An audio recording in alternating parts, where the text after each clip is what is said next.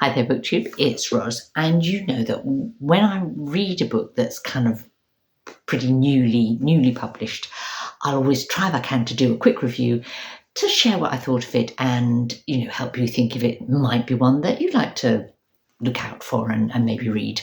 And this time, this is The Land in Winter by Andrew Miller. Now, why was I so quick to get hold of this after it was published? Well, Miller has been writing novels for more than 25 years, and I think this is his 10th novel, and I think I've read about half of his output, and they've all been, in their different ways, really interesting and rewarding reads. Some of his books are historical fiction. This is one. Pure, this was, when did that come out? 2011. And it's a book that I loved when I read it then, and it's stayed in my mind.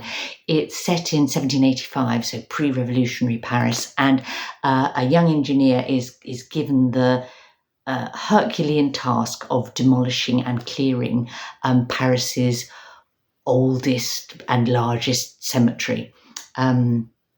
Brilliant.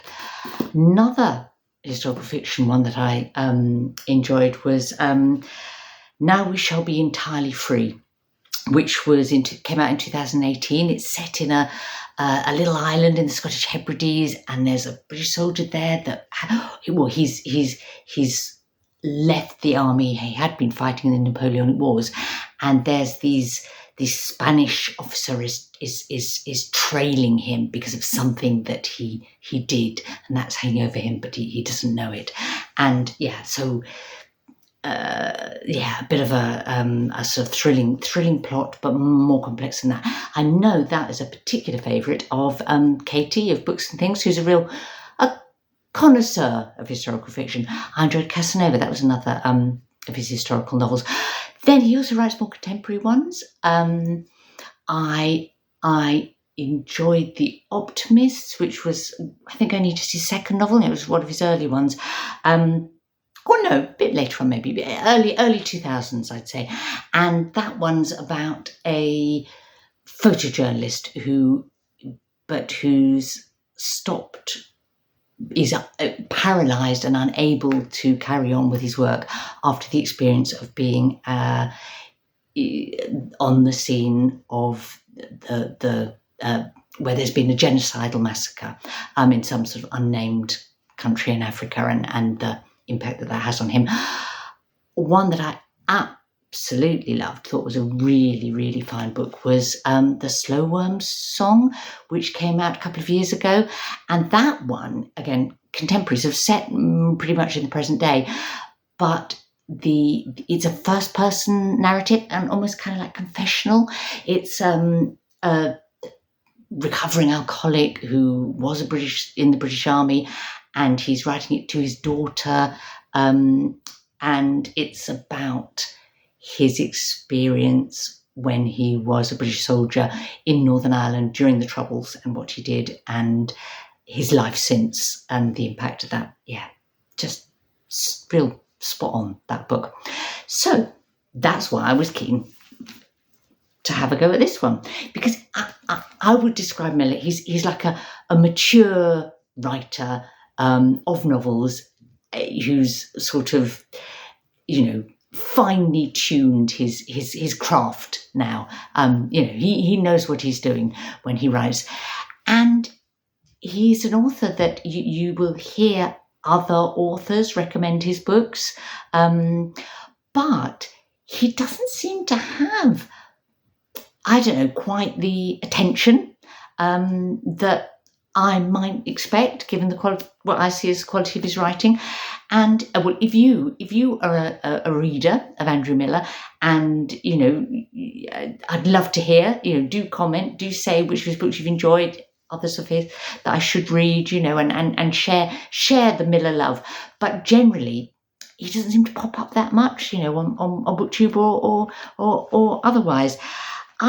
I think it might be because in some ways he's quite a traditional writer in his style. It's unfussy, it's straightforward kind of writing, not shallow, rich, but not tricksy, and his plots are interesting, his characters are interesting, but he doesn't pick kind of, I don't know, trendy subjects in a sense. Writing a blurb for his book is not going to have the sort of clickbait effect.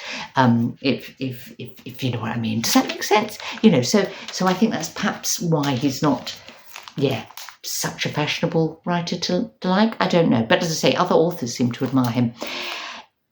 His books, I mean, I think he just writes very good books. They're always thoughtful. The characterization is always kind of like rich and complex and interesting.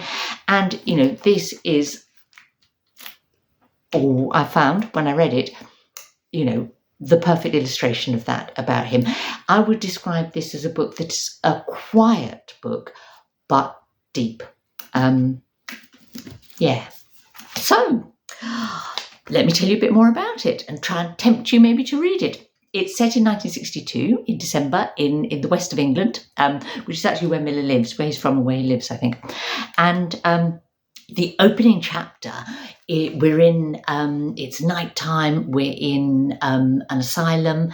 So, there's kind of big, long stay mental health hospitals that all got closed down sort of 10 or 15 years after this story is set.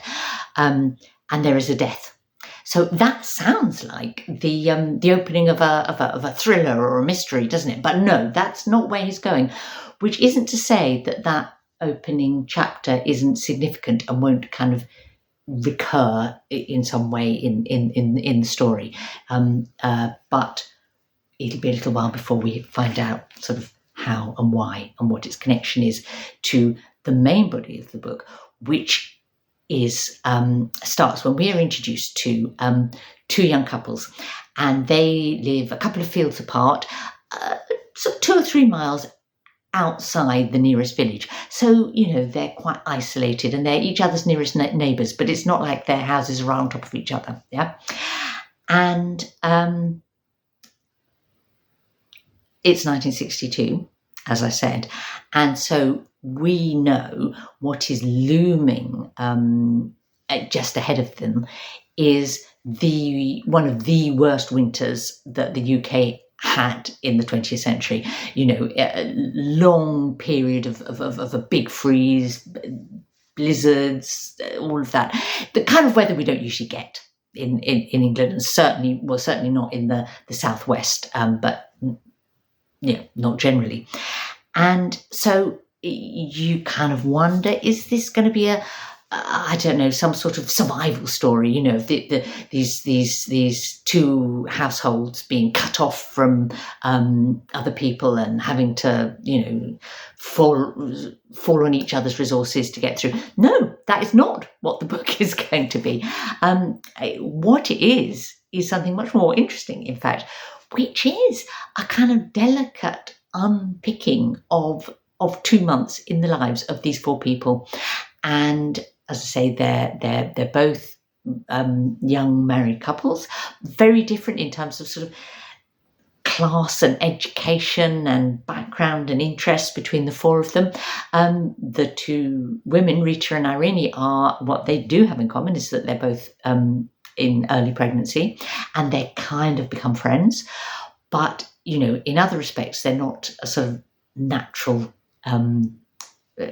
you wouldn't naturally perhaps have been thrown together. We get all 4 perspectives. We go back and forth between the four characters, but it's through an omniscient narrator. It's all third person sort of. But this omniscient narrator takes us absolutely inside their heads. We get very kind of quite rich detail about their feelings, their thoughts. We get a lot of physical detail as well about where they live and how they their immediate environment and how they are feeling in it. Bearing in mind, it's this huge winter. It's and that winter although it's not a sort of dramatic cut-off survival story, the weather is really crucial to the story, and we do get some dramatic, I guess, plot developments that are linked in some way to the weather, but just not in that kind of obvious sort of sense. Tremendous sense of time and place in this book. The early 1960s are interesting, aren't they? Because our idea now of the 1960s, looking back, is we focus on what was changing, how things were,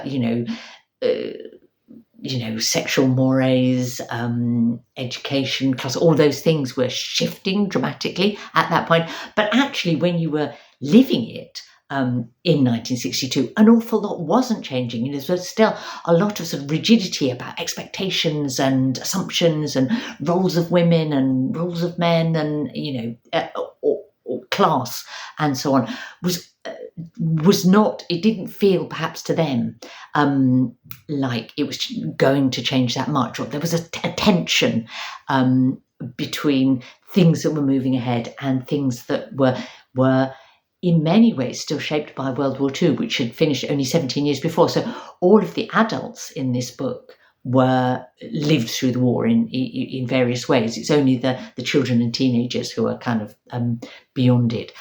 And he just does a brilliant job of conveying all that but through the story of these four people and these two marriages, and how those sort of fracture and recover and change in this little bit of time. It's, as I say, there are some interesting sort of plot developments, but it's not about plot.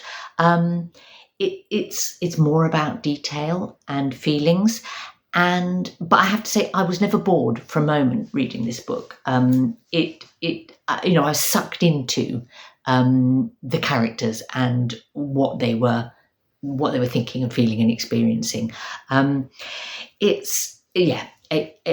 just enormously impressed by how he was able to convey what he did in such a rich way through the four characters and through that sort of the land in winter, as it says. Yeah. It's one of those books, sometimes there are books where rather than feeling like you read it, you feel like you lived it. And yeah, that's what this one was like for me. So a wholehearted recommendation.